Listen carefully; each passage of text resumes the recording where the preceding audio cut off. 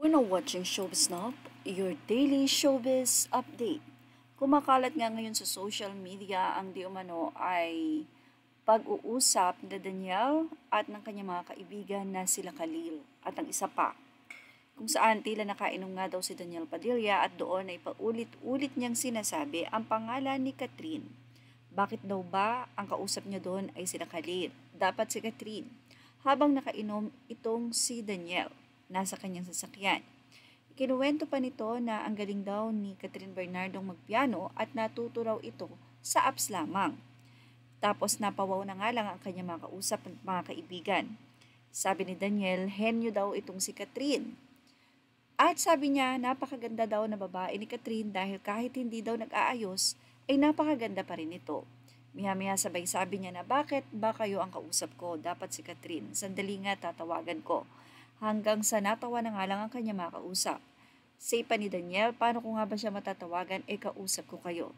At paulit-ulit niyang ang hinahanap si Catherine. Nasaan ba si Catherine? Nasaan ba sila? Yan ang laging sinasabi ni Daniel habang nakikinig lang naman sa kanya sila Khalil. Biniro pa siya nila Khalil nung sabihin niyang ang galing magpiano ni Catherine at natuto lang ito sa apps, say ni Khalil, edi in love ka na naman. Sabay natawa itong si Daniel. Sabi niya, hindi ko alam, mukhang nagpapasikat lang sa akin at natawa nga ang dalawa. Anyway, ang video ba na ito ay latest? Bakit nga ba laging ibinabalik ng mga fans or netizen ang nasabing video? For the views nga lang ba?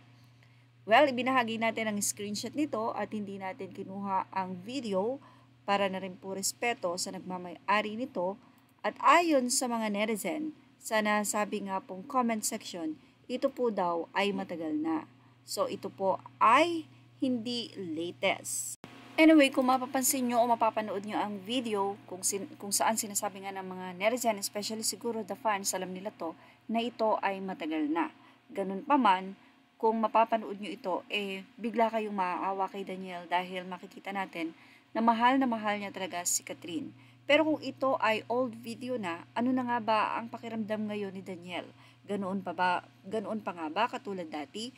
Pero sa nasabing video ay tila may tampuhan na sila dito ni Catherine. Dahil hinahanap niya si Catherine at tinatanong, natawagan nila itong si Catherine.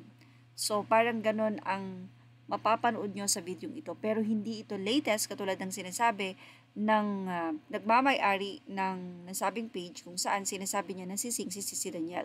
Which is totoo naman for sure na ngayon ay sising si Daniel dahil nawalan siya ng isang ginto. Isang napakahalagang bagay. Kumbaga sa bagay ay isang napakahalagang bagay at kumbaga sa bato ay isang napakahalagang bato. Ito ang nawala kay Daniel. Kaya naman narito ang say ng netizen. Sabi ng netizen na si Jing Pagas, makikita mo lang ang halaga ng isang tao kung wala na siya. Ang babae kasi, napapagod yan at kung napagod siya sa relationship niyo na paulit-ulit mong ginagawa ang ayaw niya. Yun, asking forgiveness pero ginagawa mo ulit, 100% yan, kahit luluhod ka makaawa, hihingi ng tawad o makipagbalikan, hindi ka na niyan babalikan. Oo, mapapatawad ka niya but never makisama siya ulit sa'yo, so watch out. Anyway, nung napanood ko ang video, bigla akong naawa kay Daniel. Sana ay maging maayos ulit sila ni Catherine at kung sakaling magkabalikan, sana ay umayos na talaga si Daniel kung sakasakali mang meron talaga siyang pagkakasala ng ilang beses kay Catherine. Yan ang ating Showbiz Snob update. Images are all credit to the rightful owners and thank you for watching Showbiz Snob.